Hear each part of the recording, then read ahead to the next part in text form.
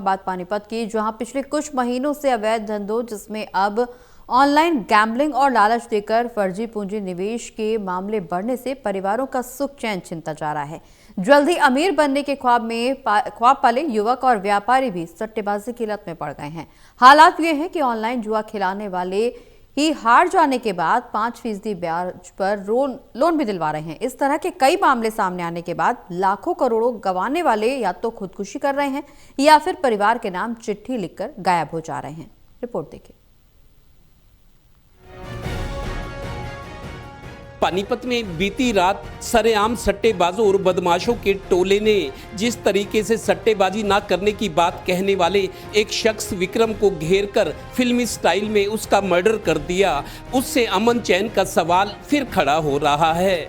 जब कोई घटना होती है तो उस पर चर्चा होती है और बहुत सी अंदर की बातें बाहर आती हैं। सट्टेबाजी और शराब की अवैध बिक्री के लिए तो पानीपत बदनाम रहा ही है।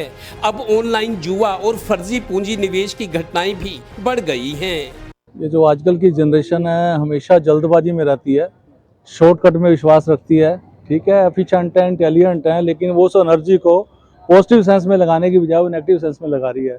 कई लोग नशे के शिकार हो जाते हैं, पहले शौक में, फिर मजबूरी में। जब मजबूरी में होते हैं तो अर्निंग पर तो ध्यान देते नहीं है, उनका सारा ध्यान नशे में पड़े रहते हैं, शरीर को खोखला कर लेते हैं। पैसा चाहिए, पैसा क्या करते हैं, पहले यारों दोस्तों से मांगेंगे, कर्जा हो जाएगा सिर पर, फिर घर से चोरी करेंगे, इधर उधर से करेंगे, फिर भी अगर उनसे मैनेज नहीं हो पाता तो फिर वो सूदखोरों से उठाते हैं, ज़्यादा ब्याज के चक्कर में फंस जाते हैं, फ्रस्ट्रेट हो जाते हैं, डिप्रेस हो जाते हैं। तो अल्टीमेटली जो उनको सावधानी शुरू में रखनी चाहिए थी, नशे की लत उनको आत्महत्या की कगार पर ला देती है। कि आज के देश में जो हमारे युवा हैं सट्टेबाजी के अंदर क्रिकेट के मैच चल पड़े हैं। क्रिकेट के मैच में स्कोर पे इतने सट्टा लगा देते हैं, या कुछ गोल्ड में, शेयर मार्केट में ऐसे घुस जाते हैं जिनको जिस बारे में कोई तजर्बा नहीं है। एक लालच होता है, छोटा सा लालच, ये सोचता है कि मुझे आज कोठियां बना देगा। पर मैंने एक देखा है कि जो जुए में जीत गया उसके घर भी बिक जाते हैं। एक छोटा सा लालच दे देते हैं। आप देखते हो कैरम बोर्ड पे ऑनलाइन बहुत सिस्टम जुए का आ गया है, और लोग इस जुए में पड़ के पहले तो घर से चोरी करेंगे, फिर बाहर से 10%, 20%, 25% जैसे भी पैसा मिलता है लेके उसको लगाते रहते हैं। उनकी ये होता है कि आज मेरा दाव शायद लग जाएगा। पानीपत में व्यापारियों से जुड़ी भी कुछ घटनाएं हुई हैं जो समाज को सावधान कर रही हैं। काम मंदा होने, बेरोजगारी और जल्दी अमीर बनने की हवस के चलते 2-4 घटनाएं ऐसी भी हुई कि कोई व्यापारी ऑनलाइन जुए में लाखों करोड़ों हारने के बाद शहर से गायब हो गया। 1-2 ने तो खुदकुशी ही कर ली, परिवार के नाम चिट्ठी लिखी कि पापा मुझे माफ कर देना। आज जहां मैं बैठा हूं ये नेशनल हाईवे है, बिल्कुल किनारे पे मेरी दुकान है, और इस बाज़ार से पहचान है विश्व के अंदर, विश्व पटल पे पानीपत के इस बाज़ार का नाम है। वो भी समय था कि कई बार हमें खाने की फुर्सत, लंच का हमें समय नहीं मिलता था। आप अगर ये बाज़ार की हालत देखते तो उस समय क्या था, यहाँ पैर रखने की जगह नहीं थी। माल लोड होकर रिक्शा में जा रहा है, टेम्पू में जा रहा है, गाड़ियों में जा रहा है। लेकिन आप आज ये देख लो कि जहाँ तक नज़र जाती है बाज़ार सूना पड़ा है। हम लोग बाज़ार में ग्राहक की इंतजार कर रहे हैं। आज काम के हालात ऐसे हैं। गौरतलब है कि एक तरफ तो हम शिक्षित हो रहे हैं, समाज में रुतबा बनाते हैं, पर अंदर से खोखले हो रहे हैं।